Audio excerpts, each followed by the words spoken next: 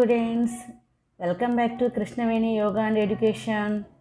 Students, this is Krishnaveni, your social teacher.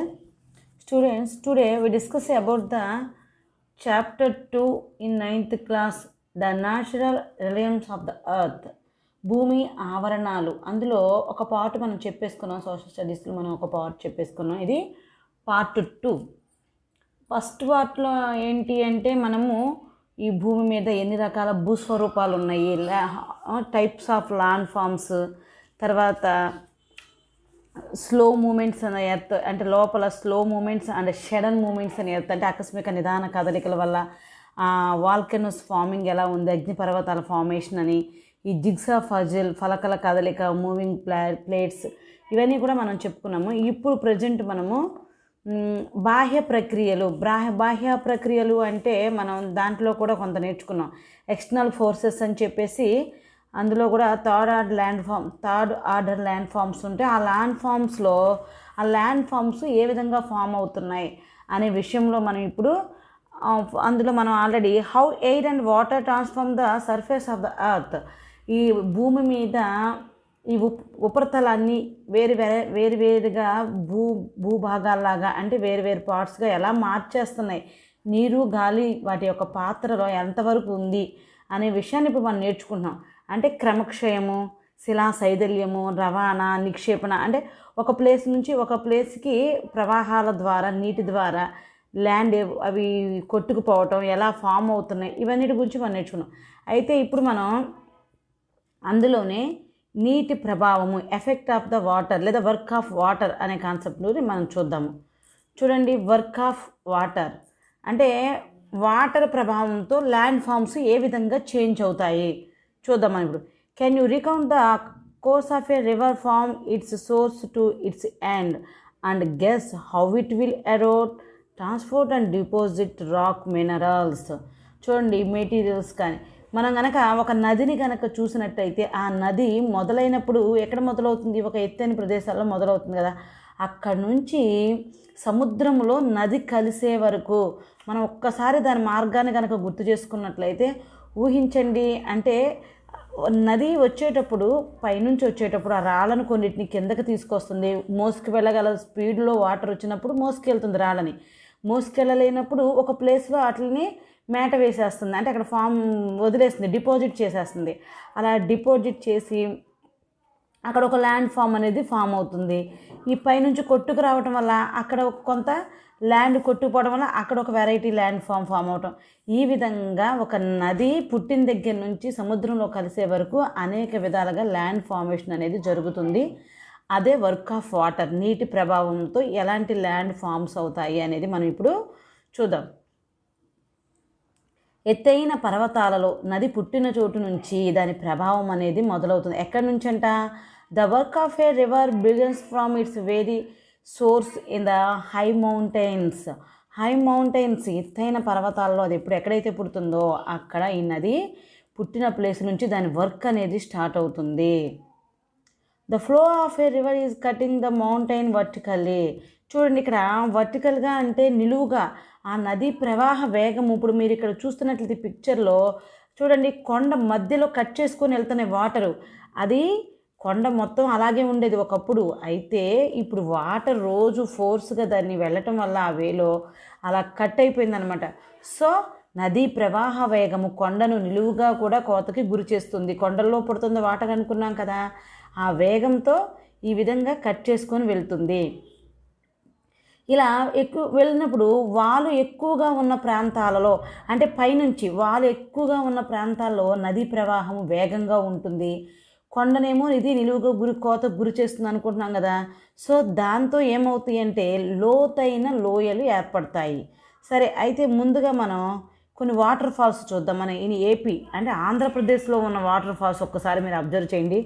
Talakona water falls in Andhra Pradesh, Ubbalamadugu, Kailasa కోన అంటే ఇది మన విశాఖపట్నం వైపు ఉంటుంది, ఎత్తిపోతల పథకం అంటారు కదా అది, కుంటల ఫాల్స్, మల్లెల తీరం ఫాల్స్, ఇవన్నీ ఇప్పుడు మీరు చూసినవన్నీ ఇవన్నీ కూడా ఏంటంటే వాటర్ ఫాల్స్. అంటే నది మీద పైనుంచి వాటరు కిందకి ఫోర్స్గా పడుతూ ఉంటుంది. ఆ ఫోర్స్గా పడే టైంలో అక్కడ ఆ రాళ్ళు అవన్నీ రాపిడికి గురైపోయి అక్కడ ఫామ్ అవుతూ ఉంటుంది అన్నమాట. సో అయితే అట్లా నది అనేది కోతకు గురి చేసిన ఈ కొండ ఈ ప్రాంతాలు ఏవైతే ఉన్నాయో వాటి వల్ల ఏమవుతాయి, వాలు ఎక్కువగా ఉంటే లోయలు ఏర్పడతాయి. ఎలాంటి లోయలు ఏర్పడతాయి చూడండి. దిస్ ఈ valleys, this is usually called a we shaped valley. ఇక్కడ వి షేప్డ్ వ్యాలీ అనమాట. అంటే పైనంతా కూడా బాగానే ఉంది, కింద అది కట్ చేసుకుంటూ వస్తుంది కాబట్టి అక్కడ వి షేప్డ్ వ్యాలీ అనేది, దీనిని సాధారణంగా వి ఆకారపు లోయలు అంటారు. ఈ విధంగా వి షేప్డ్ వ్యాలీస్ అనేవి ఏర్పడతాయి అన్నమాట. అయితే ఆ టైంలో ఆ వి షేప్ వ్యాలీ ఏర్పడటానికి ఆ నీటికి బాగా చాలా శక్తి ఎక్కువగా ఉంటుంది, ఫోర్స్గా. అందుకే అలా ఫోర్స్గా కట్ చేసుకుంటూ వెళ్ళి అలా వి షేప్ ఆ వ్యాలీస్ అనేవి అంటే లోయలు అనేవి మనకి కనిపిస్తూ ఉంటాయి. Next canyon. క్యానియన్ అంటే గ్రాండ్ క్యానియన్ అంటారు, అంటే అగాధ దరి. అగాధ దరి అనేది కూడా మనకి ఎట్లా ఏర్పడుతుంది అంటే a canyon is characterized by steep like side slopes and maybe as deep as a గార్జు అంటే అది ఒక టైప్ ఆఫ్ ల్యాండ్ ఫాము, అంటే అవి కూడా వాటర్ ఫ్లో వల్ల ఏర్పడతాయి. ఇక్కడ క్యానియన్ చూడండి, క్యానియన్ అంటే ఏమన్నాడు, నది కోతకు నీటి కోతకు మరొక ముఖ్యమైన రూపమే. Characterised by steep like slopes, చాలా తీవ్ర లోతుతో ఉండి, నది అంచులు ఉంటే చూసారు, అవి తీవ్ర వాలుతో చాలా లోతు కోతకు గురైతే వాటిని ఏమంటారంటే క్యానియన్ అంటారు. అంటే నీరు వెళుతూ ఉంటుంది, ఆ నీటి ప్రవాహం వల్ల నది యొక్క అంటే అంచులు అంటే అటు ఇటు కొండలు ఉన్నాయి కదా, ఆ అంచులు తీవ్ర వాలుతో ఉండి చాలా లోతుకి అవి కట్ చేసుకుంటూ వెళ్ళిందంటే, వాటర్ చాలా లోతుకి ఆ ఉన్న ప్లేస్ని కనుక కట్ చేసుకుంటూ వెళితే వాటినే అగాధ ధరలు అంటారు. అయితే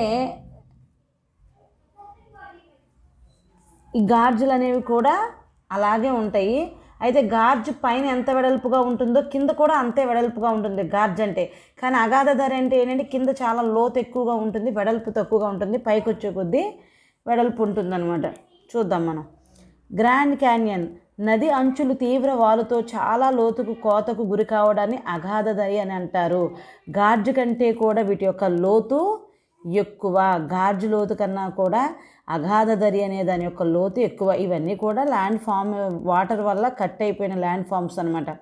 క్యానియన్ ఆఫ్ రివర్ కొలరాడో నది మీద అమెరికాలో ఉంటుంది కొలరాడో నది. ఆ కొలరాడో నది యొక్క ప్రభావం వల్ల ఫామ్ అయిన అగాధ దరి ఏది అంటే grand canyon in Colorado river. Biggest canyon in the world is on river Colorado. The Grand Canyon is 466 kilometers in length. Its depth is 1.6 kilometers and width is 188 meters to 29 kilometers. చూడండి, ప్రపంచంలోనే మనకి అతిపెద్ద అగాధ దరి యుఎస్ఏలోని grand canyon. ఈ grand canyon అనేది ఎక్కడుంది, అమెరికాలో ఉంది. అది పెద్ద అగాధ దరి, అంటే ఆ విధంగా ఫామ్ అయిన ల్యాండ్ ఫామ్స్లో అది అతి పెద్దది. అయితే ఇది ఏ నది మీద ఫామ్ అయి ఉందంట, ఇది కొలరాడో నది ప్రవాహం వల్ల ఏర్పడిందంట. కొలరాడో నది వల్ల ఇది ఏర్పడింది. దీని పొడవు వచ్చేటప్పటికి 466 కిలోమీటర్లు, అంటే 466 కిలోమీటర్ల పొడవును ఉంటుంది. లోతు 1.6 కిలోమీటర్లు, అంటే 1.5 కిలోమీటర్ల లోతు వరకు నది ఆ కొండ ప్రాంతాన్ని కోసేసిందన్నమాట. వెడల్పు 188 మీటర్ల నుంచి 29 కిలోమీటర్ల వరకు కూడా దాని యొక్క వెడల్పు అనేది ఉంది. ఈ విధంగా ఒక వాటర్ వచ్చి ఒక ప్రాంతాన్ని కట్ చేసి, కొండ ప్రాంతాన్ని కట్ చేసి ఒక ల్యాండ్ ఫార్మేషన్ అనేది జరిగింది. దాన్ని అగాధ దరి అన్నారు ఇక్కడ.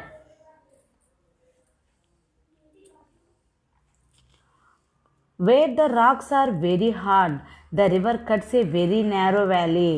The sides are so steep that gorges are formed. Example, the bison gorges are formed. Example, the bison gorge in AP and the Godavari, Indus gorge in Kashmir.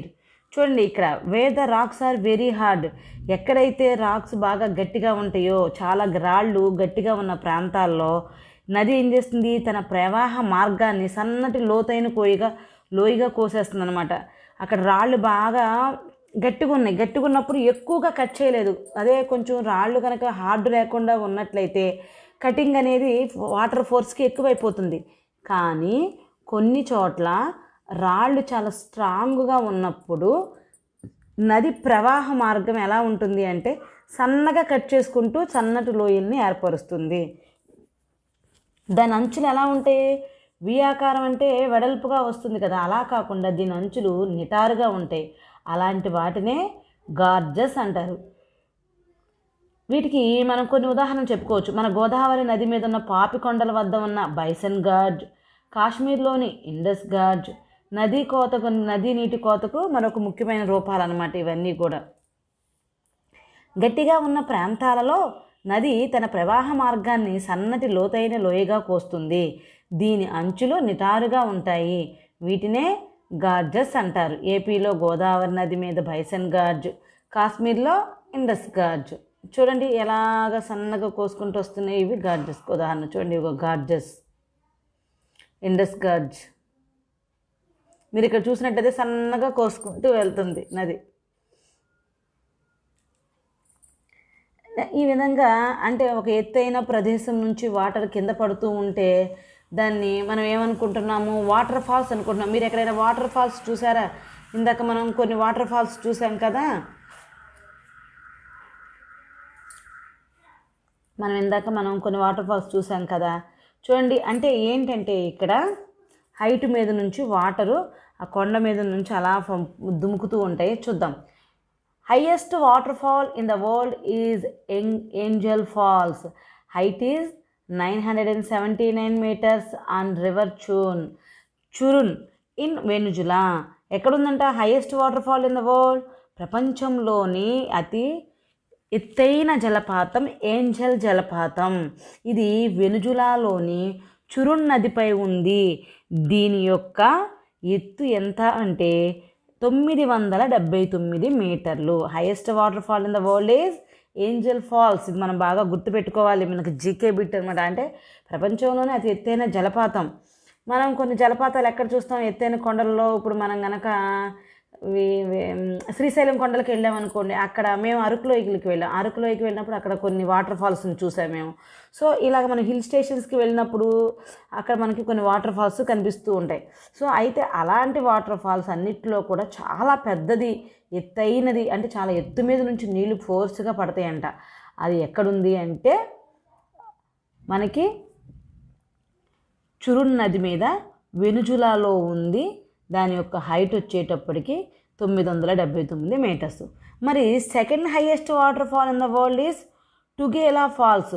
ఇది మనకి దక్షిణాఫ్రికాలో ఉంటుంది. Tugela Falls height is 947 meters on river Tugela river మీద ఉన్న ఈ water fall దక్షిణాఫ్రికాలో ఉంటుంది. దీని హైట్ వచ్చేటప్పటికి మనకి వెనుజులా అంటే మనం అమెరికా చెప్పుకోవచ్చు కదా, దక్షిణ అమెరికా. ఇక్కడ సౌత్ ఆఫ్రికా, దక్షిణాఫ్రికాలో ఈ టుగేలా నది మీద ఈ టుగేలా జలపాతం ఉందన్నమాట. Highest waterfall in India is Jog fall. మనకి ఇక్కడ జోగ్ ఫాల్ అనేది ఇండియాలో హైయెస్ట్ అనమాట. జోగ్ ఫాల్ ఆర్ జొరసప్ప అంటాము. దాని హైట్ వచ్చేటప్పటికి 253 meters on river Sharavathi in Karnataka. ఇది ఎక్కడ ఉందంట? కర్ణాటక నదిలోని. ఇక్కడ ఇది ఫాల్ అయితే మీకు చూడండి అమ్మా, మళ్ళీ ఎల్ సరిగ్గా పడలేదు. ఇక్కడ ఫాల్ ఐ కాదు. Highest waterfall in India is Jog fall or Gersoppa. Height is 253 meters on river Sharavathi in Karnataka. అంటే మన భారతదేశంలోని కర్ణాటక రాష్ట్రంలో శరావతి నది ఉంది. దాని మీద నుంచి వచ్చే ఫామ్ అయిన ఈ వాటర్ ఫాల్ ఏదైతే ఉందో ఆ నది వాటర్ ఫాల్, అది మన భారతదేశంలో హైయెస్ట్ వాటర్ ఫాల్. దీని యొక్క హైట్ వచ్చేటప్పటికి 253 మీటర్లు. ఓకేనా? ప్రపంచంలో హైయెస్ట్ వాటర్ ఫాల్ ఎక్కడ ఉందనుకున్నాం? వెనుజులా. అదేవిధంగా అది చురున్ నది మీద ఉందనుకున్నాం. సెకండ్ వచ్చేటప్పటికి టుగేలా అనుకున్నాం. అది టుగేలా నది మీదే ఉందనుకున్నాం. అదే ఇప్పుడు మన శరావతి అయితే ఎక్కడుంది? Sharavathi Jog falls or Gersoppa falls in Sharavathi నది మీద ఉన్నాయన్నమాట జోగ్ ఫాల్స్. ప్రపంచంలో అతి ఎత్తైన జలపాతం ఏంజల్ జలపాతం. ఇది వెనుజులాలోని చురున్ నదిపై ఉంది. దీని ఎత్తు 979 మీటర్లు. మరి రెండవ అతి ఎత్తైన జలపాతం టుగేలా జలపాతం. ఇది దక్షిణాఫ్రికాలోని టుగేలా నది మీద ఉంది. ఈ జలపాతం ఎత్తు ఎంత? 947 మీటర్లు. భారతదేశంలోని అతి ఎత్తైన జలపాతం జోగ్ లేదా జొరసప్ప జలపాతం. దీని ఎత్తు వచ్చేటప్పటికి 253 మీటర్లు. ఇది కర్ణాటకలోని శరావతి నదిపై ఉంది. చూడండి, అంటే ఇక్కడ ప్రపంచంలో ఎత్తైన జలపాతం వెనుజులా అనేది మనకి సౌత్ అమెరికాలో అంటే దక్షిణ అమెరికాలో ఉంది. రెండోది ఏమో సౌత్ ఆఫ్రికా అంటే దక్షిణాఫ్రికాలో ఉంది. మరి మన భారతదేశంలోనే ఎక్కడుంది? అది కూడా సౌత్ ఇండియాలోనే కర్ణాటకలో ఉంది, అంటే దక్షిణ భారతదేశంలో. సరే, ఇంతవరకు ఓకే. మరి మన ఆంధ్రప్రదేశంలో ఉన్నాయా ఈ వాటర్ ఫాల్స్ అంటే? ఇందాక మనం చెప్పుకున్నాం కదా కొన్ని example. Talakona waterfalls, Kailasakona waterfalls, Ethipothala, అదేవిధంగా కుంటల వాటర్ ఫాల్స్. వీటితో పాటు మనం అరకు లోయలు వెళ్ళినప్పుడు కనిపిస్తాయి. సో ఇవన్నీ వాటర్ ఫాల్స్ అనమాట. మీరు ఇప్పుడు ఇక్కడ ఒక క్వశ్చన్కి ఆన్సర్ చేయొచ్చు. అంటే మీకు టెక్స్ట్ బుక్లో యాక్టివిటీస్ ఉన్నాయి. మన రాష్ట్రంలో జలపాతాల వివరాలను మీరు సేకరించండి. అంటే మన రాష్ట్రంలో ఏ ఏ జలపాతాలు ఉన్నాయి ఆ వివరాలన్నీ మీరు సేకరించడం, అదేవిధంగా కొన్ని జలపాతాల చిత్రాలు ఫొటోస్ మీరు సేకరించి అసలు వాటి ఉపయోగం ఏంటి అనేది మీరు తెలుసుకోవచ్చు. చూడండి, జలపాతంలో నీళ్లు ఎంతో శక్తితో, ఇప్పుడు జలపాతాల గురించి అయిపోయింది కదా. అయితే the water falls with great force and dig out the rock beneath to form a plunge pool. అంటే ఏంటంటే ప్లంగి ఫూల్. ఇక్కడ మరి జలపాతం అంటే ఇది ఇక్కడ చూడండి, మీరు వాటర్ ఫాల్ కనుక చూడకపోతే ఇలా కొండల మీద నుంచి నీళ్లు చాలా ఫోర్స్గా కింద పడతాయి.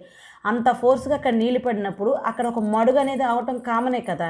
సో జలపాతంలోని నీళ్లు ఎంతో శక్తితో కిందకు పడతాయి. ఆ నీళ్ళు కిందకు పడే చోట దుముకు మడుగు ఏర్పడుతుంది. ఏం ఏర్పడుతుంది అక్కడ? ఆ వాటర్ పడే చోట ఫ్లంగి పూల్ అన్నారు, అంటే దుముకుడు మడుగు అనేది అక్కడ ఏర్పడుతుంది. ఆక్స్బౌ లేక్ అంటే ఇవన్నీ ఫార్మేషన్ అన్నమాట. నది తన పుట్టిన దగ్గర నుంచి సముద్రంలో కలిసే వరకు వెళ్ళేటప్పటికి ఏ ఏ విధంగా ల్యాండ్స్ ఫామ్ అవుతాయి అని మనం చెప్పుకుంటున్నాం. కాబట్టి ఇప్పుడు మనం చెప్పుకునేది ఆక్స్బౌ లేక్ అనమాట. వాటిల్లో ఒకటి దుముకుడు మడుగు ఒకటి ఏర్పడుతుంది. గ్రాండ్ క్యానియన్స్ అంటే అగాధ ధరలు ఏర్పడతాయి, గార్జులు ఏర్పడతాయి. గార్జుల తర్వాత ఇప్పుడు మళ్ళీ ఆక్స్బౌ లేక్. అంటే ఇక్కడ ఆక్స్బౌ లేక్ అంటే చూడండి, river forms a cut off lake which is called oxbow lake. ఏమంటున్నాడు? కాలక్రమంలో ఈ మెలికలు తిరిగిన నది యొక్క మెలికలు తిరుగుకుంటూ వెళ్తుంది కదా నది, ఆ తిరిగిన భాగం నది నుంచి తెగిపోయి ఒక చెరువులాగా ఏర్పడుతుంది. ఇటువంటి వాటిని ఆక్స్బౌ సర్స్ అంటారు. వీటిని ఎద్దు అడుగు మడుగు ఏవో తెలుగులో అంటారమ్మా. ఎద్దు అడుగు మడుగు అనుకుంటా. సో అంటే ఆక్స్బౌ సర్స్ అది ఎద్దు అడుగులాగా మనకి పాదంలాగా కనిపిస్తుంది. సో కాలక్రమంలో మెలి తిరిగిన ఈ భాగం నది నుంచి తెగిపోయి ఒక చెరువులాగా ఏర్పడుతుంది. కాబట్టి ఇటువంటి వాటిని ఆక్స్బౌ సర్స్ అంటారు. అది చూద్దాం, మీరు ఫోటో చూడండి. ఇక్కడ మీరు ఈ పిక్చర్ కనుక అబ్జర్వ్ చేసినట్లయితే చూడండి, నది ఇలా ఇక్కడ నుంచి ఇలా మెలికలు తిరుక్కుంటూ వెళ్ళిన తర్వాత మెల్లిగా ఇది ఇటు నుంచి వెళ్ళటం మొదలేసింది. ఒక్కొక్కసారి ఇట్లా వెళ్తూ ఇటు నుంచి కూడా వెళ్తూ ఏమైంది, ఇది ఒక ఫామ్ లాగా అయిపోయింది. తర్వాత ఏం చేసింది, ఇంకా ఇటు నుంచి వెళ్ళటం మొదలేసేసి ఇక్కడ చూడండి, మీరు ఇక్కడ చూసినట్లయితే ఇంకా గ్యాప్ వచ్చేసింది ల్యాండ్. సో ఇది ఒక్కటి మిగిలింది. ఇది ఏమవుతుంది అప్పుడు? చెరువు అవుతుంది. మీరు సరిగ్గా అబ్జర్వ్ చేసినట్లయితే నది ఒకప్పుడేమో ఇలా వెళ్ళింది. ఆ తర్వాత ఏమైంది ఇంకొకసారి మీరు చూద్దరుగానండి, క్లారిటీగా అర్థమయ్యేటట్టు ఇంకొకసారి చూడండి. ఫస్ట్ నదీ ప్రవాహం అనేది ఇలా వెళ్ళింది, ఒక సర్కిల్, ఒక మెలికి తిరిగింది. తర్వాత ఇలా వెళుతూ కొంచెం వాటర్ అనేవి ఇటు వచ్చినాయి. ఇలా వచ్చి మళ్ళీ ఇటు రూట్ కూడా మేము పెట్టుకుంది. అంటే నది ఇలా రెండు వైపులకి, ఎటు పళ్ళం అయితే అటు వెళ్ళిపోతుంది కదా, ఇటు రెండు వైపులకి వెళ్ళటం మొదలేసింది. నిదానంగా ఇటు వెళ్ళటం మొదలేసి ఇటు వెళ్ళటం ఆగిపోయింది. ఎందుకనంటే ఇక్కడ ఏవో కొన్ని ల్యాండ్ ఫామ్స్ అనేవి ఏర్పడినాయి. సో దాంతో ఏమైంది, ల్యాండ్ ఫామ్ ఏర్పడిపోయి ఇంక ఇటు వెళ్ళటం మానేసి స్ట్రైట్గా వెళ్ళిపోతుంది. సో ఇలాంటప్పుడు ఇక్కడ ఏదైతే ఏర్పడిందో దీన్నే ఆక్స్బౌ లేక్ అంటారు. ఆక్స్బౌ సరస్సులు అనేవి ఈ విధంగా ఏర్పడతాయి. This is one of the land formation from the water force, water work. ఓకేనా. నెక్స్ట్ చూడండి, ఇక్కడ మీకు చక్కగా బాగా కనిపిస్తుంది ఆక్స్బౌ. ఇంక ఇక్కడికి వచ్చేటప్పటికి మీరు ఇక్కడ చూసినట్లయితే ఇది నిదానంగా కలిసిపోతుంది. ఇది ఒక ల్యాండ్ ఫామ్. ఇక్కడ చూడండి చెరువులాగా ఏర్పడింది. నది ఇలా వచ్చి ఇలాగా చక్కగా వెళ్ళింది కదా. సో నెక్స్ట్ వచ్చేటప్పటికి ఇది కట్ అయిపోతుంది నది నుంచి. ఆ నది అనేది ఇలా స్ట్రైట్గా వెళ్ళిపోతుంది. ఓకేనా.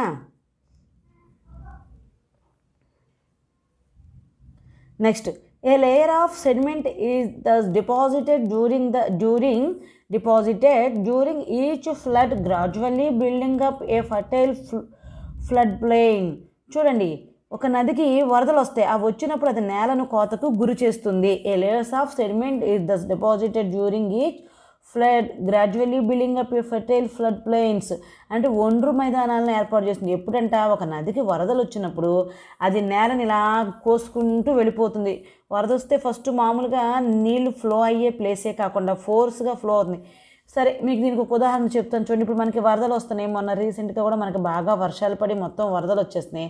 వచ్చినప్పుడు నదికి ఒడ్డు మీద ఉన్న వాళ్ళకు కూడా ఎఫెక్ట్ అవుతుంది అని చెప్పేసి వాళ్ళని ఇల్లు ఖాళీ చేపిస్తారు కదా.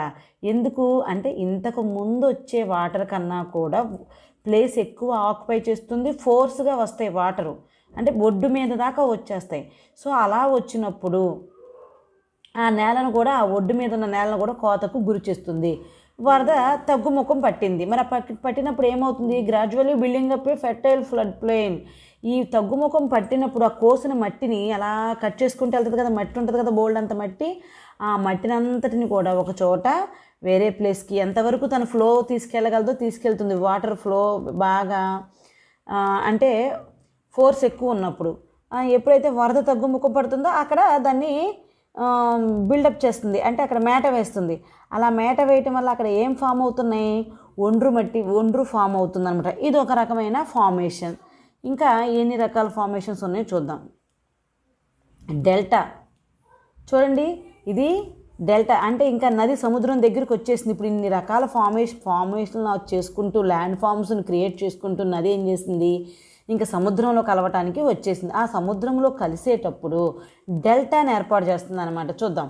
When a river reaches the sea, the fine material which has not yet dropped is deposited at its mouth forming a delta. ఎక్కడైతే నది సముద్రాన్ని చేరుకున్నప్పుడు దాంట్లో మేటవేయని రేణువులు ఉంటే అవి నది ముఖంలో మేట వేయబడి డెల్టా ప్రాంతంగా ఏర్పడుతుంది. అంటే ఇప్పుడు దాకా మోసుకొచ్చేసింది, కొన్నిటినేమో మధ్యలోనే మేట వేసి ఒండ్రును తయారు చేసింది, కొన్నినేమో ఆక్స్బౌ లాగా వదిలేసింది. అయితే ఇంకా కొన్ని రేణువులను మోసుకొచ్చి చివరికి ఇక్కడ తీసుకొచ్చేసి సముద్రంలో కలిసే దగ్గరలో ఒక డెల్టా ఆకారంలో వదిలేస్తుంది అనమాట. ఆ రేణువులు ఏవైతే ఉన్నాయో అలా వదిలేసి నీళ్ళు మాత్రమే వెళ్ళిపోయి సముద్రంలో కలుస్తాయి. సో దాన్ని ఏమన్నారు? డెల్టా అన్నారు. మేట వేయని రేణువులు ఉంటే అవి నదీ ముఖంలో మేట వేయబడి డెల్టా ప్రాంతంగా ఏర్పడుతుంది.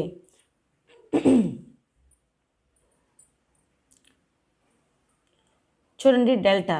The word delta is originated from the Greek alphabet delta.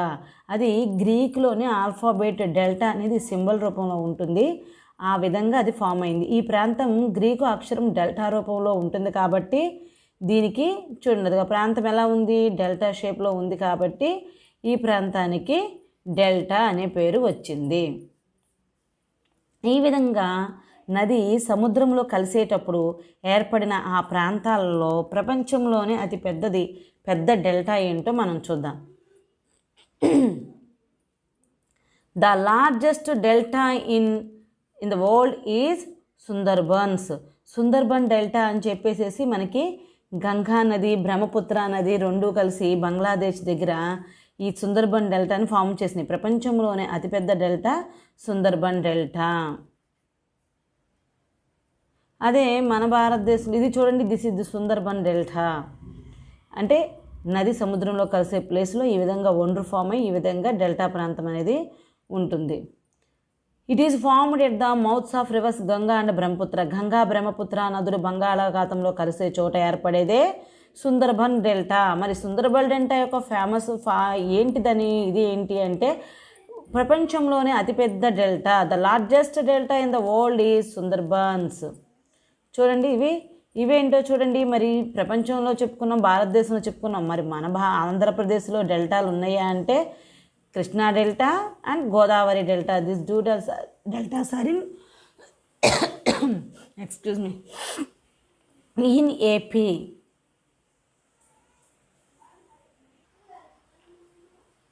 Work of glaciers అంటే హిమానీ నదాల ప్రభావము.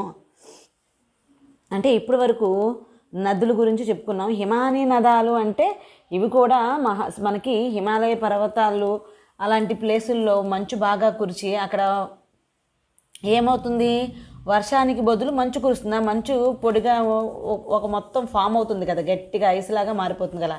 అలా అట్లా మంచు ఏదైతే ఉందో అది ఒక్కొక్క సమయంలో అంటే మనకి వేడి ఎక్కువగా ఉన్న సమయంలో ఆ మంచంతా కూడా కరిగి ప్రవహిస్తుంది అనమాట, ఒక నదిలాగా ప్రవహిస్తుంది.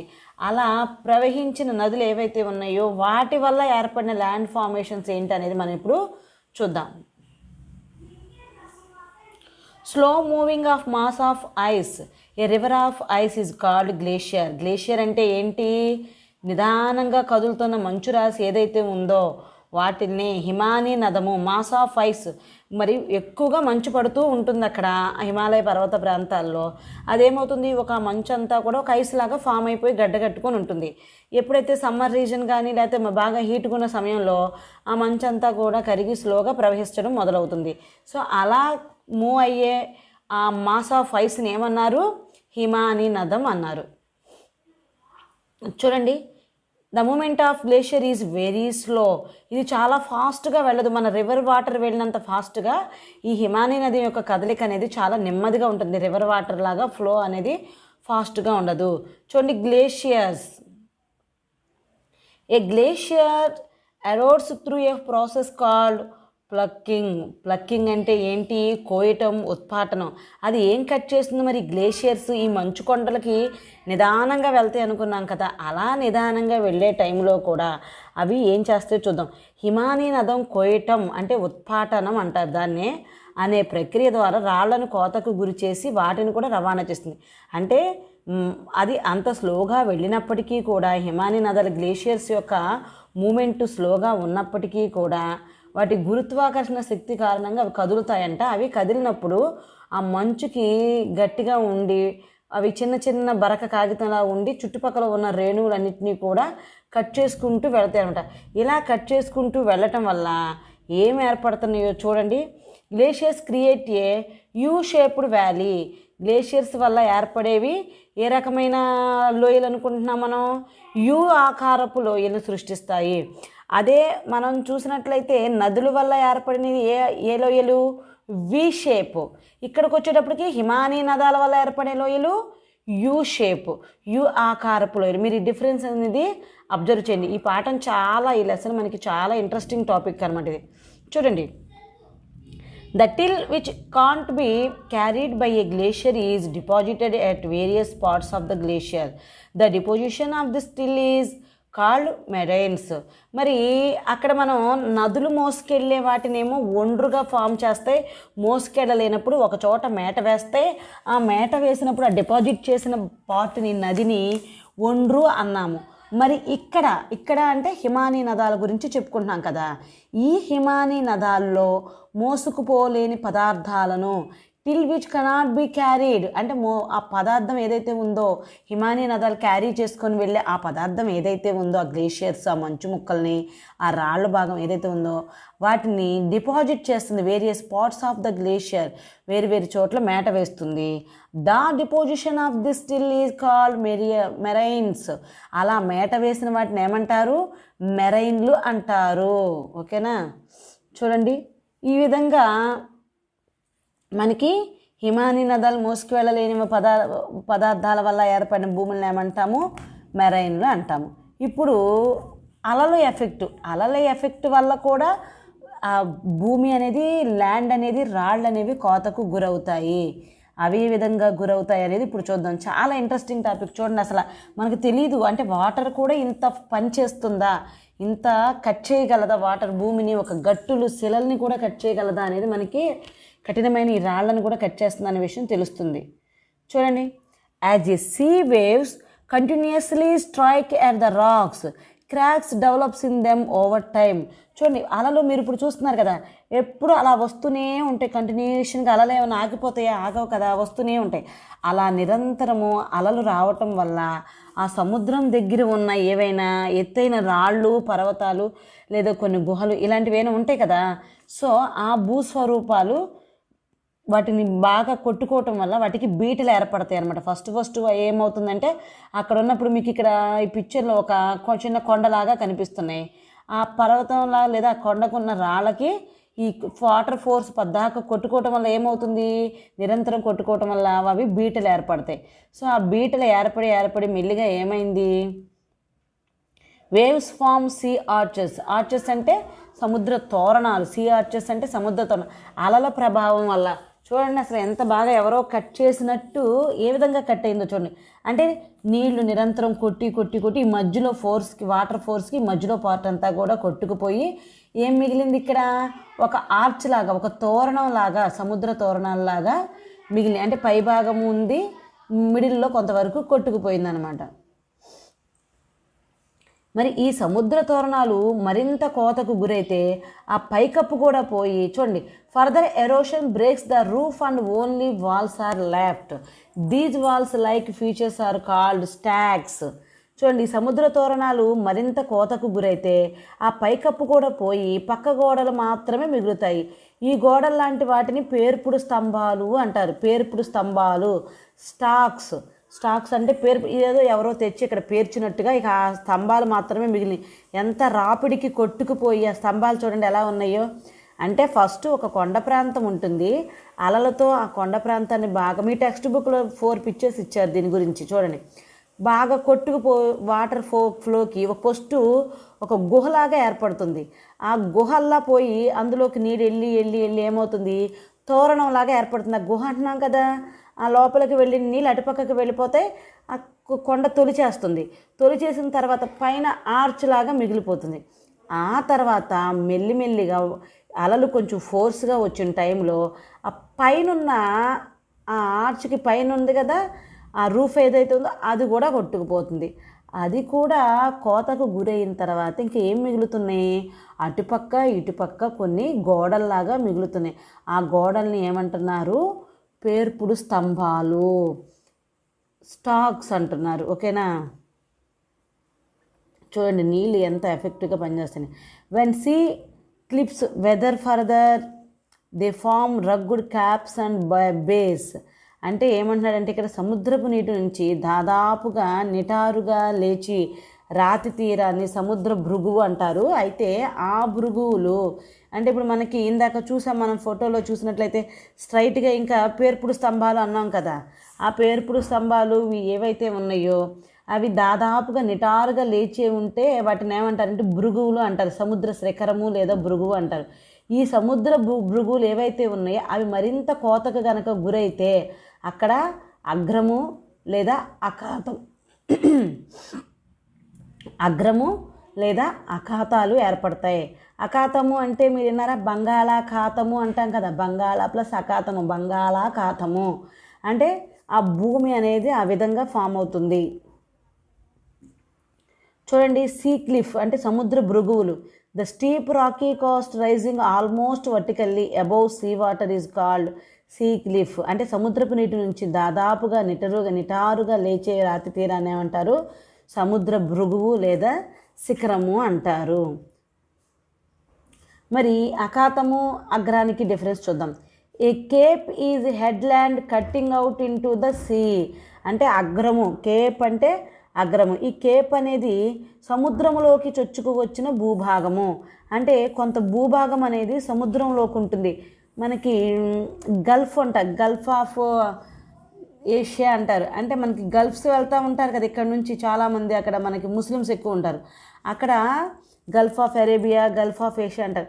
సో ఆ ప్రాంతాలు ఎలా ఉంటాయి అంటే సముద్రంలోకి భూమి వెళ్తుంది, భూమి చొచ్చుకొని ఉంటుంది అన్నమాట.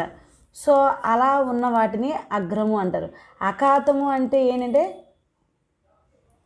చూడండి, a bay is wide mouth recess in the line of the Coast.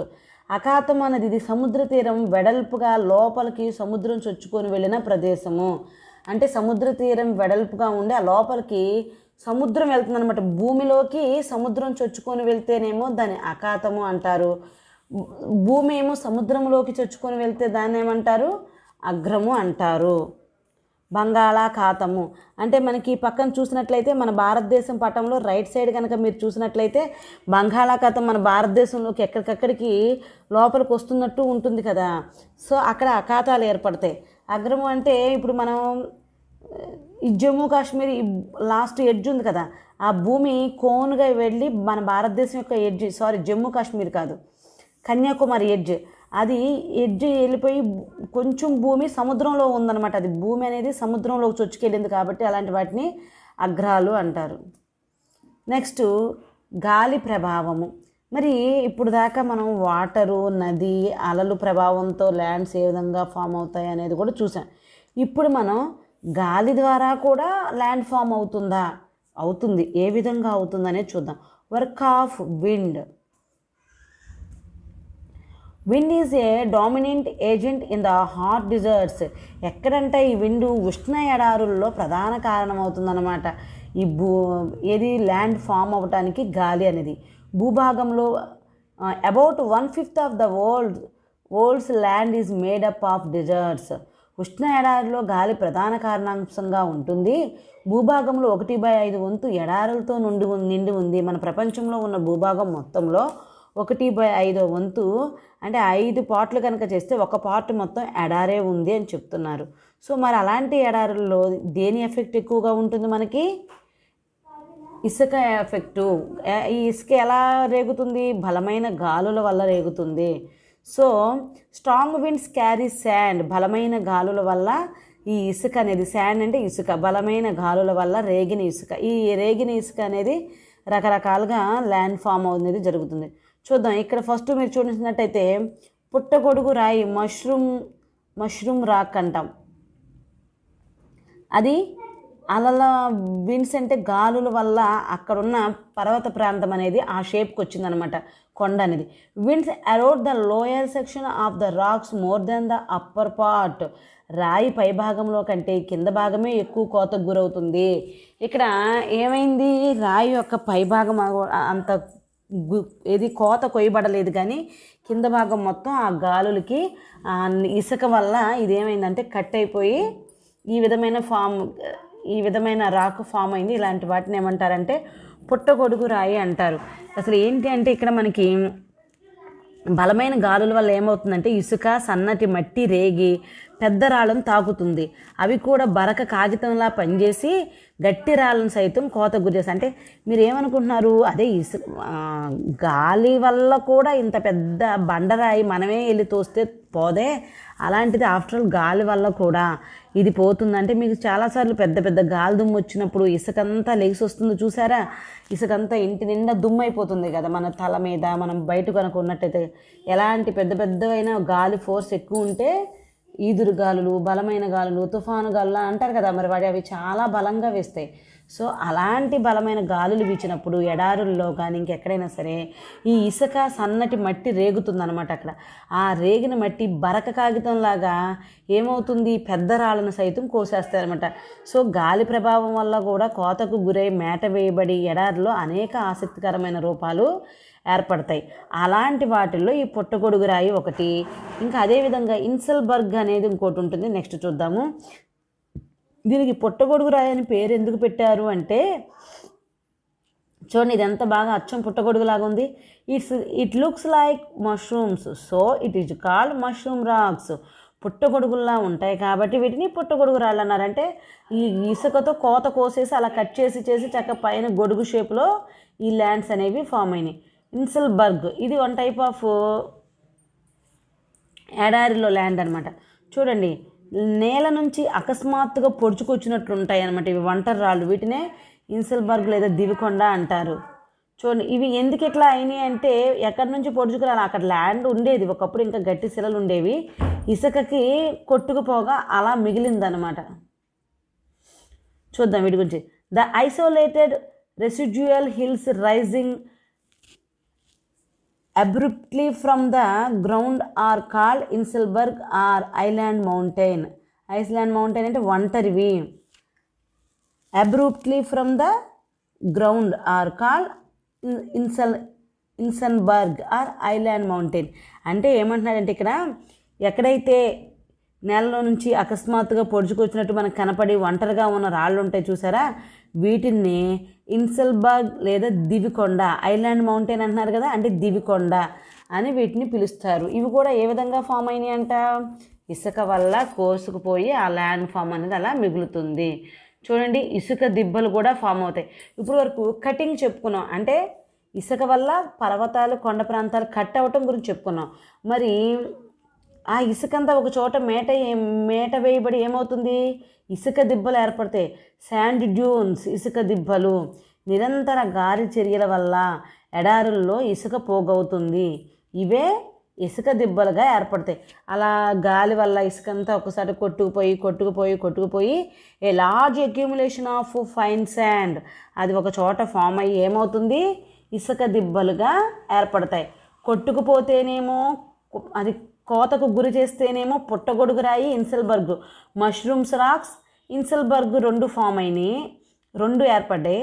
మరి ఈ మేట వేసిన డిపాజిట్ చేసిన ఇసుక వల్ల ఏర్పడిన ల్యాండ్ ఫామ్ ఏంటి అంటే ఏం చెప్పుకుంటాం, ఇసుక దిబ్బలు.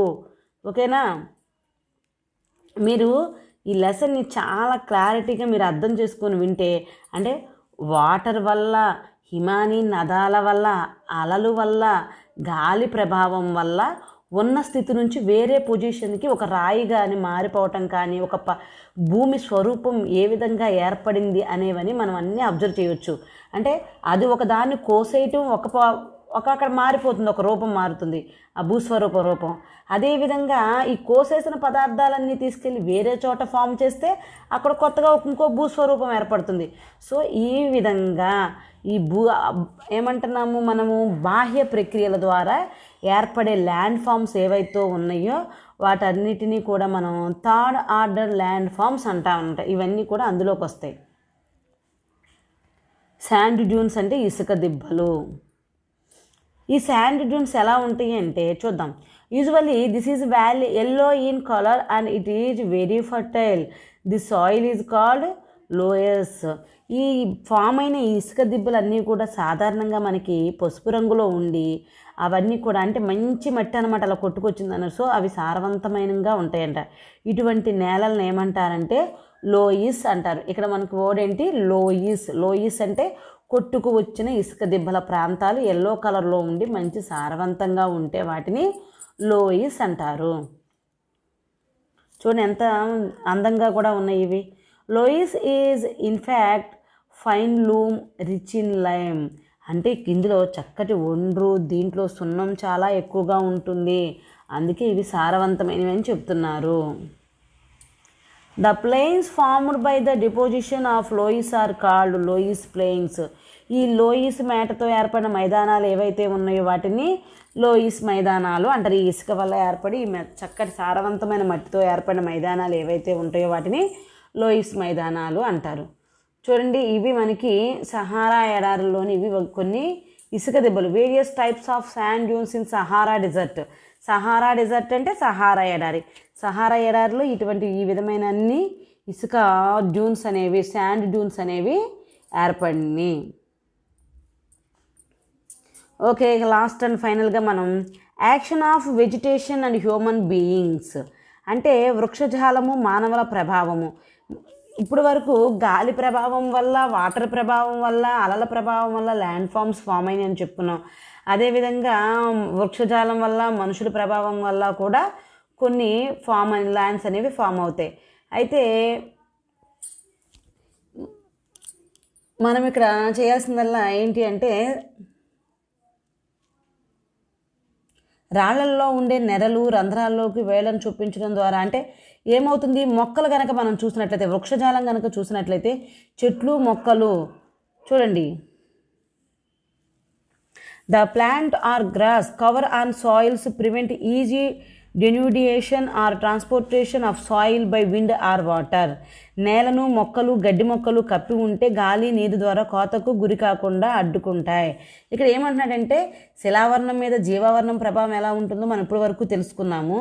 అయితే వృక్షజాలము చెట్లు మొక్కలు గడ్లు వంటివి కూడా రాళ్ళని ప్రభావితం చేస్తాయి. ఆ రాళ్ళల్లో ఉండే నెరలు అంటే హోల్స్ ఉంటాయి కదా, రంధ్రాల్లోకి వేళ్ళను చొప్పించడం ద్వారా అవి క్రమక్షయానికి గురయ్యేటట్టు చేస్తాయి. అదేవిధంగా నీరు తేమ రాళ్ళల్లోకి ప్రవేశించినప్పుడు అవి విచ్ఛిన్నం అయిపోవటం అంటే మొక్కల వల్ల ఈ జరిగే పరిస్థితి అనమాట. ఇంకొక వైపు మనకి ఇప్పుడు నేలను మొక్కలు గడ్డి మొక్కలు కప్పు ఉంటే ఆ గాలి నీరు ద్వారా కోతకు గురి కాకుండా ఆ గాలి ఏమవుతుంది, కప్పి ఉంటే గాలి నీరు ద్వారా కోతకు గురి కాకుండా అడ్డుకుంటాయి అనమాట.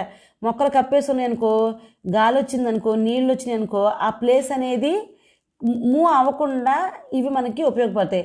అదేవిధంగా మానవులు ఏంటి, పారిశ్రామిక విప్లవం రావటం వల్ల భూమి ఉపరితలాన్ని మార్చేసేసి ల్యాండ్ ఫామ్స్ అన్నీ మార్చేసి రకరకాల బిల్డింగ్లు కట్టడం ఇలాంటివన్నీ కూడా చేస్తున్నారు. సో మానవుల వల్ల కూడా మారిపోతుంది ల్యాండ్ ఫార్మేషన్ అనేది, ఏర్పడతాయి భూస్వరూపాలు.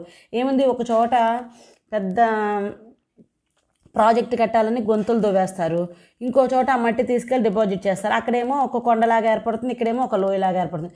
సో ఈ విధంగా మానవులు చేసే ప్రక్రియల వల్ల ఆ ల్యాండ్ ఫార్మేషన్స్ అనేవి జరుగుతాయి. వృక్షాల వల్ల కూడా జరుగుతుంది. వృక్షాల వల్ల ఏంటి అనుకున్నాం, ఆ గడ్డి మొక్కలు నేలని మొక్కలు గడ్డి మొక్కలు అవన్నీ కూడా కప్పి ఉంచినప్పుడు గాలి నీరు ద్వారా అవి కోతకు గురి కాకుండా చూస్తుంది. ఓకేనా. అదేవిధంగా మొక్కకు వేళ్ళు ఉంటాయి కదా, ఆ వేళ్ళు భూమిలోకి వెళ్ళినప్పుడు అక్కడ యాక్షన్ ద్వారా కొన్ని ఏవైతే ఉన్నాయో మొక్కలో రాళ్ళల్లో ఉండే పదార్థాలు కొన్ని క్రమక్షయానికి గురవుతాయి. ఒక్కోసారి నీరు తేమ రాళ్ళల్లో ప్రవేశించినప్పుడు ఆ ప్రదేశం విచ్ఛిన్నం అవుతుంది. అంటే బాగా పెద్ద రూట్స్ అంటే వేళ్ళు కనుక ఎక్కువ ఫామ్ అయ్యనుకో ఆ ప్లేస్ పగుళ్ళు వచ్చేస్తుంది. సో ఈ విధంగా మొక్కలు మానవులు కూడా ల్యాండ్ ఫార్మేషన్లో అనేది ఒక పార్ట్ అని చెప్పేసి మనకు చెప్తున్నారు. సో చూశారు కదా, ఈ విధంగా భూస్వరూపాలు అనేవి ఏర్పడతాయి. ఇన్ని రకాల భూస్వరూపాలు అనేవి మన భూమి మీద ఉన్నాయి. ఇవన్నీ ఎక్కడున్నాయి, శిలావరణము. మనము 4 ఆవరణాల గురించి అనుకున్నాము. అందులో ఫస్ట్ వన్ శిలావరణం, నెక్స్ట్ జలావరణము, వాతావరణము, జీవావరణం అనేవి మనకి 3rd, 4th, 5th లెసన్స్లో చూద్దాం. సెకండ్ లెసన్ శిలావరణం. ఆ భూమి మీద ఉన్న 4 ఆవరణాల్లో శిలావరణం మెయిన్. ఇప్పుడు ఆ శిలావరణం వల్ల ఏ విధంగా ఏర్పడిన ఈ ల్యాండ్ ఫార్మేషన్స్ అనేది మనం తెలుసుకున్నాం. ఓకే స్టూడెంట్స్, మీకు కనుక ఈ వీడియో నచ్చినట్లయితే సబ్స్క్రైబ్ చేసుకోండి, లైక్ చేయండి, మీ ఫ్రెండ్స్కి షేర్ చేయండి. Thank you. మనం నెక్స్ట్ జలావరణం అనేది 3rd లెసన్లో కలుద్దాం. Okay bye, thank you.